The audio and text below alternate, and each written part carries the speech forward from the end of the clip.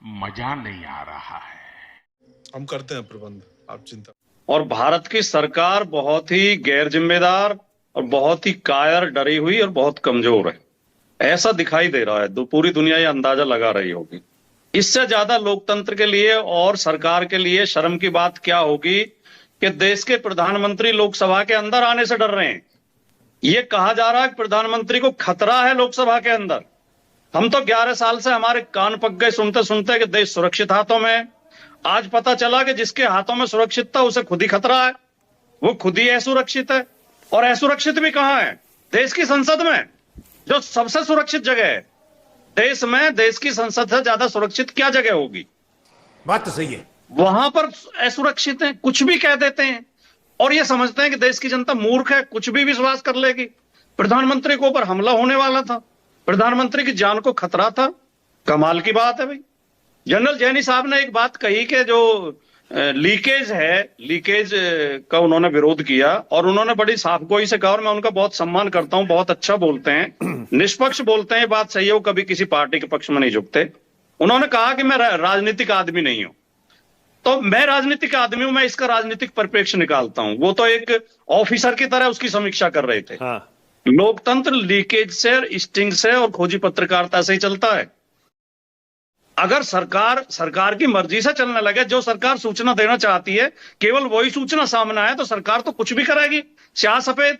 सरकार किसी की भी हो, कल को हमारी भी बन जाएगी। हम भी अपनी कमजोरियां छिपाते हैं, सरकारें अपनी कमजोरियां छिपाती हैं। ठीक है, सरकार कभी अपनी कमजोरियां बाहर नहीं आने देती। तो एक बात बताइए फिर भाटी जी, क्या वजह है फिर जनरल नरवणे पर पीछे हट गए राहुल गांधी, आज नहीं बोले?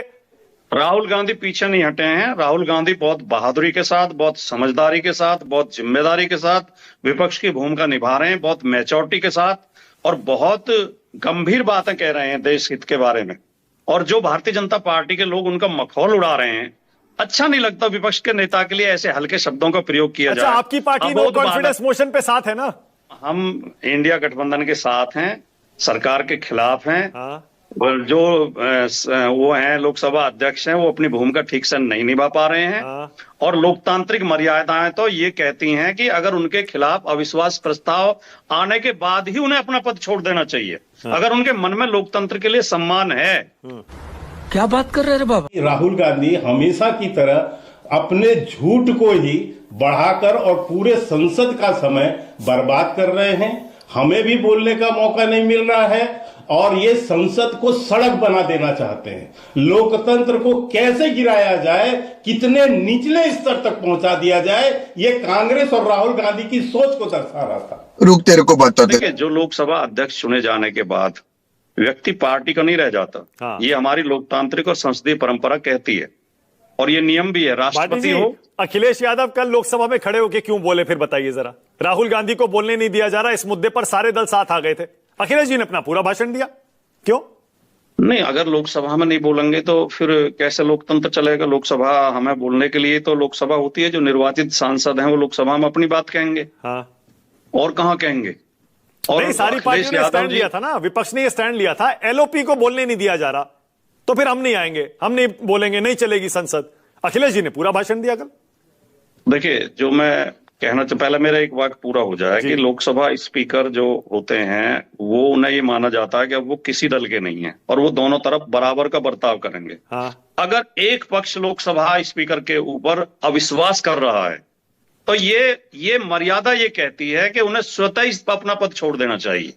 मगर क्यों? अगर लोकतंत्र के लिए सम्मान हो हृदय में। और ये जिद के साथ अड़े रहे हैं कि नहीं, हम तो भाई, हमें भी पता है कि वोट में तो वो जीत ही जाएंगे, बहुमत तो इनका है। हाँ।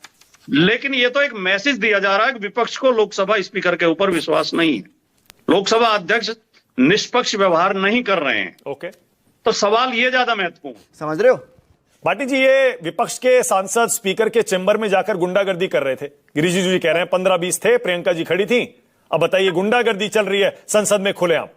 मानक जी, संसद के परिप्रेक्ष्य में भारतीय लोकतंत्र का जो परिदृश्य दिखाई दे रहा है इस समय, वो ऐसा दिखाई दे रहा है कि भारत का विपक्ष बहुत जिम्मेदार, बहुत बहादुर और बहुत मैच्योर है।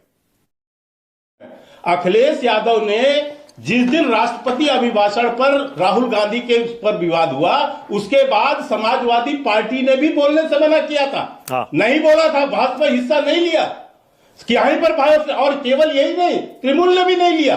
कल जब तृणमूल ने आपके अविश्वास प्रस्ताव पर साइन नहीं किया और विपक्ष के कई दलों ने साइन नहीं किया, तब आप अपनी इज्जत बचाने के लिए इसको कहते हैं थूक कर चाटना। अभी पता चले मोदी जी समेत कोई ऐसा भारत का प्रधानमंत्री डील नहीं कर सकता है। मैं भी जानता हूं कि मोदी जी नहीं चाहते, ये बोला उन्होंने संसद में, मैंने सुना है। हाँ। और जब ये बोला उसके बाद कहते हैं, लेकिन उन्होंने आज तो मार्शल आर्ट पे थे ना। हाँ। तो उन्होंने कहा ग्रिप चोक, हाँ। चोक वाली बात कही ना। हाँ, बोला। तो हाँ। ये चोक का वाला डील है, जो चोक वाली डील में जो उन्होंने कई तरह के बातें रख दी। हाँ। तो मैं समझता हूं, चाहे किसानी की बात हो, चाहे डेटा की बात हो, चाहे एनर्जी सिक्योरिटी की बात हो, इन पर बहुत, कृषिकारों की बात हो, टेक्सटाइल की बात हो, बांग्लादेश का उदाहरण तक हो। अरे बाप रे, ये तो धोती खोल रहा है। लोकसभा स्पीकर ने कहा प्रधानमंत्री की जान को खतरा है। मैं ऐसा बोलने वाले सारे लोगों को चुनौती देता हूं कि वो एक बार उस भाषण को देखें। उन्होंने कहा था कि कुछ अप्रत्याशित घट सकता है, जान के खतरे की बात कभी नहीं बोली गई। लेकिन विपक्ष क्या है? विपक्ष तो विपक्ष है, झूठ फैलाने के लिए जान का खतरा बता दिया। भाटी जी तो उस पर चले गए कि जो लोग क्या प्रधानमंत्री मजबूती की बात करते थे, उनको अपनी जान का खतरा है। मतलब बेसिर पैर की आधारहीन बातें बोली जा रही हैं। यही मुझे लगता है कि विपक्ष को जिम्मेदारी पूर्वक तथ्यों के आधार पर बात करनी चाहिए। ट्रेड डील में जितनी बातें की गई आज, उसको एक एक पॉइंट दर पॉइंट अगर आप खोलेंगे तो वो सारी बातें जुमलेबाजी की शक्ल में जनता के सामने आती हैं। इसलिए जिनको भी राहुल गांधी का ये भाषण बहुत क्रांतिकारी, तूफानी लग रहा होगा, लेकिन तूफान यूं नहीं आता है। ओ भाई, मारो मुझे मारो। जो ट्रेड डील में एक कंट्राडिक्शंस काफी सामने आ रही हैं, विरोधाभास काफी सामने आ रहे हैं। जो पहले भारत में चीजें इंपोर्ट होती थी यूएसए से, उस पर 10%, 30%, 50%, 70%, 100% और कई प्रोडक्ट्स पे तो 150% तक का टैरिफ लगता था। लेकिन अब हमने वो जीरो कर दिया। राहुल गांधी, एक कहावत है मानक जी, राहुल गांधी बने, कहते ना, चौबे चले तो छब्बे बनने, दूबे बन के लौटे। आज वही हालात हुआ इनका झूठ का पर्दा उठ गया। पेंगुइन ने अपनी स्पष्टता कर दी, नरवाड़े जी ने अपनी स्पष्टता कर दी, तो फिर इसके बाद इनके पास बचता क्या था? भाई साहब ये किस लाइन में आ गए? सतीश जी, भूचाल आया क्या आज राहुल गांधी के भाषण में? सुना होगा आपने पूरा। देखिए, दुनिया के बारे में कहा जा रहा है कि ट्रंप के आने के बाद और जिस तरह की चीजें हो रही हैं, तो मुझे तो ऐसा लगा कि आज से या कुछ दिन से ट्रंप जैसा आक्रामक हो गई है कांग्रेस। और राजनीति और राजनीति जो है, ट्रंप फेज नहीं, टर्बुलेंट फेज में हमारे यहां भी तूफानी दौर में प्रवेश कर चुका है। एक और का आज मुझे बहुत दिनों के बाद, बहुत सालों के बाद यह एहसास हुआ कि जो सत्ता पक्ष है, बड़े ही दोस्ताना मिजाज में, सन्नाटे में राहुल गांधी से लगता है दबी जुबान है, उनसे अपना मन की बात सुन रही थी। ये मैं सत्ता पक्ष की बात बोल रहा हूं। हाँ। और राहुल गांधी ने, जरा लच्छेदार मैं भी बोल दूं, अपने मुंह के मार्शल आर्ट से, हाँ। मुंह के मार्शल आर्ट से आज इनको चोक कर दिया। तरह तरह की बातें कही। तो ये कोई इसको आसानी से मत लीजिए। और ये पूरे सत्र का, गलत या सही, ये शर्मा जी लगातार गालियां देते रहे।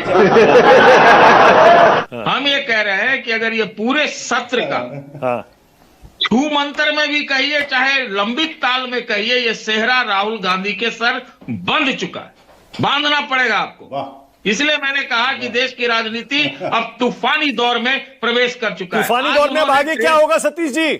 भाई, इतने सारे मुद्दे, पता नहीं वो प्रिविलेज में आ जाएगा या नहीं। क्या क्या उन्होंने आज संसद में बोल दिया है, कौन गया फाइल में, कौन गया रिकॉर्ड में, कौन एक्सपंज हो गया, हम नहीं जानते। लेकिन मुद्दे तो एक साथ उन्होंने बिजली के छत्ते के जैसा खोल दिया है। तो लेने के देने पड़ गए।